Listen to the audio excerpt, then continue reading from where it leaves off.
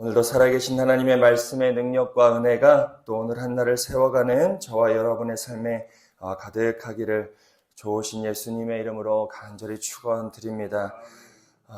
오늘 말씀은 또 어제 우리가 같이 읽진 않았지만 또 각자의 자리에서 읽어야 될 마태복음 19장 또 중반절의 말씀에 보면 우리가 너무나 잘 아는 한 청년이 등장하지요. 부자, 재물이 많았던 한 청년이 주님께 나와 어떻게 하면 영생을 얻을 수 있습니까? 라고 물었을 때 주님께서는 말씀을 잘 지키고 순종해야 된다. 그래서 10계명의 계명을 쭉 설명해 주시죠. 이때 그 청년, 그 부자 청년이 어떻게 얘기합니까? 저는 다 지켰습니다. 뭐가 부족합니까? 라고 물었을 때 주님께서는 뭐라고 말씀하시죠? 자신이 가진 재물을 사람들에게 다 나누어 주고 자기를 따르라 말씀하십니다. 이에 그 청년은 어떻게 합니까? 재물이 많아서, 이게 중요해요. 재물이 많기 때문에 근심하여 자신의 자리로 돌아갔다 기록하고 있습니다. 그리고 그 부자 청년이, 재물이 많았던 청년이 어떤 삶을 살았는지 성경은 기록하고 있지 않지요. 그리고 나서 이어지는 본문의 말씀이 오늘 말씀입니다. 부자 청년이 근심하여 돌아갔습니다. 재물이 많아 근심하여 돌아가는 것을 예수님도 제자들도 다 보았던 것이지요. 이에 예수께서 제자들에게 무엇라 말씀하시느냐? 오늘 본문 23절의 말씀을 우리 같이 한번 읽어보겠습니다. 예수께서 제자들에게 이르시되 내가 진실로 너희에게 이르노니 부자는 천국에 들어가기가 어려우니라. 그리고 24절의 비유의 말씀으로 다시 한번 확인하십니다. 낙타가 바늘기로 들어가는 것이 부자가 하나님의 나라에 들어가는 것보다 쉬우니라 이야기합니다. 이 말인즉슨 뭡니까? 부자는 어떻다는 겁니까? 이 말씀으로만 보면 부자는 천국에 들어갈 수 없다. 어렵다가 아닙니다. 없다는 거죠. 부자는 천국에 들어갈 수 없다. 그러면 예수님은 부자를 싫어하셨던 건가? 예수님은 재물 많은 부자 받아들이시기 어려우셨던 건가? 그러면 가난한 자만 천국에 들어갈 수 있는 것인가? 돈은 가지면 안 되는 것인가? 경제적인 부가 안 좋은 것인가? 그렇게 착각하기 쉽습니다. 이 말씀을 듣고 제자들이 25절에 보니 몹시 놀랍니다. 왜냐하면 이 당시의 유대 사회의 신앙관은 부자가 하나님의 축복을 받은 사람이었습니다. 우리도 아니라고 하지만 우리도 이 틀을 신앙하며 벗기가 어렵죠. 여러분 그렇지 않습니까? 돈은 하나님이 또 벌게 해주시고 해야 부라는 것이 우리가 그렇게 생각합니다. 아니 그러세요?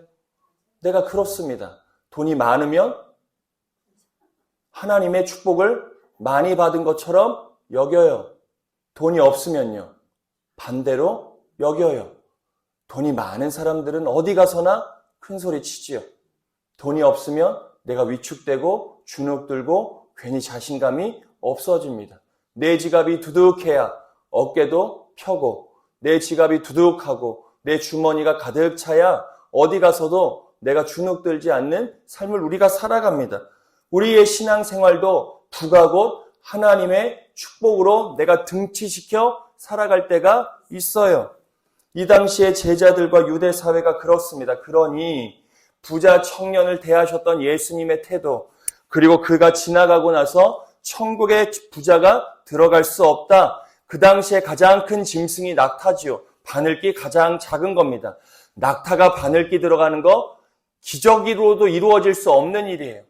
절대 이루어지지 않는 일입니다. 그러니 부자가 천국에 들어갈 수 없다 이야기하는 예수님의 말씀을 듣고 제자들이 그 당시의 세계관으로 받아들이기가 어려운 겁니다. 우리도 마찬가지일 수 있죠. 우리도 마찬가지일 수 있습니다. 하지만 예수님께서 돈 자체에 문제가 있음을 이야기하는 것이 아니죠. 부자 청년이 왜 근심하여 자신의 자리로 돌아갔습니까? 무엇 때문에요? 재물이 많아서예요. 재물이 많아서 무엇이 생긴 겁니까? 재물이 여러분들에게 돈이 많다고 생각해 보세요. 그러면 우리가 어떻게 되느냐? 내가 돈이 많으면 이것도 할 수 있고 저것도 할 수 있고 내가 많은 것들을 할 수 있을 것 같지만 돈이라는 게 절대 그렇지가 않습니다.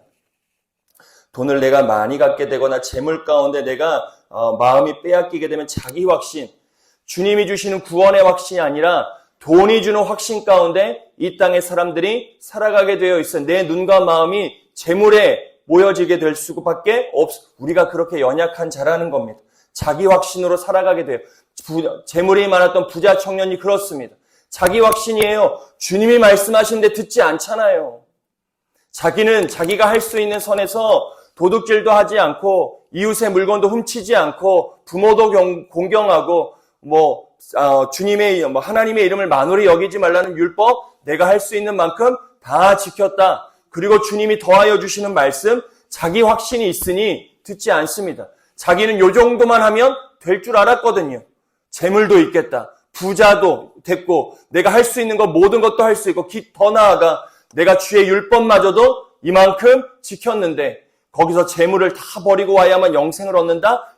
들리지가 않는 거예요. 자기 확신, 내가 세워놓은 기준, 내가 세워놓은 절차에 따라서만 신앙생활하는 겁니다. 오늘날의 부자가 천국에 들어가기 어려우니라 오늘의 부자는 돈의 많고 적음을 이야기할 수 있지만 무언가에 휩싸여 자기 확신으로 살아가는 사람들일 수도 있는 거예요. 내 확신이에요. 신앙을 자기 확신으로 가지며 하는 분들이 있다는 겁니다. 우리가 그런 신앙을 되돌아볼 수 있어요. 내 확신, 내 기분, 내 상황, 내 형편만 가지고 신앙생활하는 것. 그 틀 안에서 주의 말씀을 듣고 내가 선택하는 그런 삶이 오늘날의 부자의 삶의 태도일 수 있는 것이죠. 재물은 또 다른 우상을 만들어냅니다. 어떤 우상이요? 내 마음의 안전이에요. 우리가 아무것도 없을 때, 우리가 연약하고 우리가 절망 가운데 있을 때 나의 안전은 오직 주님이에요. 나의 피난처는 오직 누구예요? 주님이에요. 근데 돈이 많으면요? 돈이에요. 여러분들에게 우리가 그럴 수 있습니다. 이 당시에 주님께서 지적하시는 게 그거예요. 재물이 많아서 재물 자체가 문제가 아니라 재물이 많음으로 인하여 그 사람의 심령이 그것이 안전이 되어버리는 또 다른 우상이 되어버린 주님만이 전부고 주님이 피난처고 주님이 산성이어야 되는데 재물이에요. 그 쌓아놓은 돈이 내 삶을 지켜준다고 하는 확신을 가지며 살아갑니다. 그러니 돈이 없어지면 불안하여 살 수 없는 그런 지경에 이르는 것이지요. 하나님에 대한 의존이 약해지게 되어 있어요. 눈에 보이는 무언가를 내가 쥐게 되거나 내가 마음에 품는 순간 내 마음에 주님을 의지하는 건 반드시 약화되게 되어 있는 겁니다. 그리고 순종도 미루게 돼요. 지금이 좋고 지금이 안전하니 다음으로 기꺼이 내가 헌신하고 순종하는 삶을 오늘 택하여 살지 않는 심령이 부자인 사람들에게 주어진 마음이었다는 것을 주님이 재물이 많아 근심하여 돌아갔던 청년이 그런 부자였음을 주님이 지적하는 겁니다. 이에 제자들이 무엇이라 이야기하느냐 놀라는 것과 더불어서 그렇다면 도대체 누가 구원을 받습니까? 이 당시에 부자인 게 하나님의 축복으로 완전했던 그런 모습이었는데 그러면 도대체 누가 구원을 받습니까? 라고 하는 질문을 던집니다. 이에 예수님의 답이 무엇이냐? 26절이에요. 26절의 말씀을 우리 같이 함께 읽어보겠습니다. 예수께서 그들에게 보시며 이르시되 사람으로는 할 수 없으나 하나님으로서는 다 하실 수 있느니라. 구원을 누가 받을 수 있습니까? 제자들이 물었을 때 제자들은 그러면 어떤 사람, 이런 사람들이 구원을 받을 수 있다라고 이야기하시는 것이 아니라 사람으로는 할 수 없으나 하나님으로서는 다 할 수 있다. 구원. 너희들이 이렇게 저렇게 살아가는 삶의 모양으로 구원받는 것이 아니라 구원은 오직 하나님께서만 행하실 수 있는 일이다. 그러니 우리는 누가 구원 받았네, 안 받았네, 우리가 얘기할 수 있는 게 아니에요. 구원은 누구에게 속한 문제입니까? 하나님이에요. 구원을 여러분들의 생각과 판단과 눈으로 경험으로 판단하지 마세요. 구원은 하나님께 속한 자예요. 이런 사람 저런 사람 여러분들이 가진 기준으로 평가하지 마세요. 왜 여러분들의 눈과 마음으로 여러분들의 기준으로 누군가의 신앙과 구원의 문제를 함부로 판단하세요? 우리가 할 수 있는 게 아니에요. 그저 우리는 매일같이 자기를 부인하고 자기 십자가를 짊어지고 주님을 따라 나서는 것, 그것밖에 우리가 할 수 있는 일이 없는 겁니다. 그렇다고 내가 구원을 받느냐 모를 일이죠. 구원의 확신 가운데 살아갈 뿐입니다. 마지막 순간 주의 손을 붙잡고 들어가게 될 나라를 우리가 뭐 하는 거예요? 오늘 소망하는 거예요. 그렇게 이끌어 주실 하나님에 대한 믿음을 가지고 오늘을 살아가는 것이지, 내가 다 구원을 이룬 것처럼, 하나님이 다 이렇게 해주신 것처럼 우리가 살아갈 수 있는 것이 아니더라. 누가 구원받느냐? 예수님께서 하나님이 하실 일이다. 인간의 능력과 인간의 기준과 인간의 판단이 아니라 하나님이 하시는 영역임을 주님께서 이야기하시는 겁니다. 이에 베드로가 나와 이야기하죠. 이게 우리의 마음이에요. 27절의 말씀을 같이 함께 읽어보겠습니다. 이에 베드로가 대답하여 이르되 보소서 우리가 모든 것을 버리고 주를 따라 싸운데 그런즉 우리가 무엇을 얻으리이까? 베드로가 너무 솔직하게 주님께 누가 구원을 얻습니까? 베드로가 이때 이 질문만 던지면, 이 답을 주시면 내가 그렇게 한번 살아가 봐야지 라고 하는 결단했지만 26절 자기의 생각대로 주님이 말씀해 주시지 않아요. 이렇게 해야만 구원을 얻을 수 있다가 아니라 하나님이 하시는 일이다 라고 이야기하니 베드로가 갑자기 벙 찐 거죠. 그러니 뭐라고 얘기해요? 주님, 저는 그물도 버리고 형제들도 버리고 모든 걸 버리고 주님을 지금까지 따라 싸운데 그러면 내가 얻을 수 있는 게 무엇입니까? 내가 얻을 수 있는 게 무엇입니까? 내가 주를 위하여 매일같이 헌신하고 있는 거 없는 거 다 털어서 주님께 다 바치며 평생 주를 순종하며 살았는데 주님께서 이런저런 말씀을 해주시는 게 아니라 나에 대한 안전, 내가 받을 보상에 대한 이야기를 해주시는 것이 아니라 하나님이 하시는 거다 이야기하면 나는 지금까지 주님을 따랐던 내 시간, 내 생명, 내 헌신, 내 순종 다 어디 가는 겁니까? 내가 얻을 수 있는 게 무엇입니까? 이게 우리의 마음이에요. 여러분들 안 그러십니까? 주님을 위하여 우리가 애쓰고 수고할 때 마지막 한켠에 남는 마음이 이 마음일 수 있어요. 내가 이렇게까지 기도했는데, 내가 이렇게까지 마음 썼는데, 내가 이렇게까지 고난받고, 내가 이렇게까지 참아내고, 내가 이렇게까지 견뎠는데 이 뒤에 따라오는 거 주님 무엇입니까? 왜 여전히 나는 이렇게 힘듭니까? 왜 여전히 내 삶에는 뭔가 해결책이 보이지 않습니까? 여전히 내 삶에는 왜 더 나음이 주어지지 않는 것입니까? 이것이 베드로가 예수님께 한 이야기예요. 내 신앙에 대한 보상이 무엇입니까? 여전히 베드로는 주님이 하실 일이 아니라 내 노력에 대한 보상으로서의 주님의 따름을 지금 주님께 묻고 있는 것이죠. 이에 예수님께서 뭐라고 답변하시느냐? 28절, 29절, 30절이 주의 말씀인데 28절을 같이 함께 읽어보겠습니다. 예수께서 이르시되 내가 진실로 너희에게 이르노니 세상이 새롭게 되어 인자가 자기 영광의 보좌에 앉을 때에 나를 따르는 너희도 12보좌에 앉아 이스라엘 12지파를 심판하리라. 예수께서 뭐라고 얘기합니까? 중생, 새롭게 되어지고 내가 영광의 보좌에 앉을 때 나를 따랐던 너희들도 그 보좌에 함께 앉게 될 거다. 그리고 29절 내 이름을 위하여 집이나 형제나 자매나 부모나 자식이나 전토를 벌인 자마다 너가 나를 위하여 그물도 버리고 너의 땅도 버리고 너의 형제 자매도 다 버리고 나를 따랐을진데 그때 너희가 주어지는 거 여러 배를 너희가 도로 받게 되는 풍성함 뿐만 아니라 영생을 너희가 소유하게 되리라 라고 주님이 말씀해 주세요. 그런데 그 뒤에가 중요해요. 이 풍성함의 은혜 우리가 믿고 살아갑니다. 그런데 그 뒤에 주님이 뭐라고 말씀하세요? 30절의 말씀을 같이 함께 읽겠습니다. 같이 읽겠습니다. 그러나 먼저 된 자로서 나중되고 나중된 자로서 먼저 될 자가 많은. 주님은 우리의 헌신과 마음의 중심을 보세요. 우리가 어떤 마음으로 주님 앞에 시간을 드리고 물질을 드리는지 보세요. 율법 때문에 그 뒤에 주어질 보상 때문에 내가 하나님께 드리는 행위인지 사람은 알 수 없습니다. 목회자가 어떻게 알 수 있겠습니까? 옆에 있는 분들이 어떻게 알겠어요?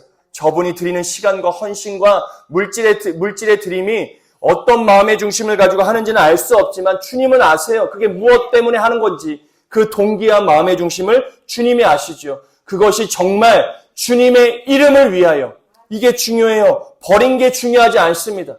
누구나 버릴 수 있어요. 근데 무엇을 위하여 버리느냐입니다. 나를 위하여 버릴 수 있어요.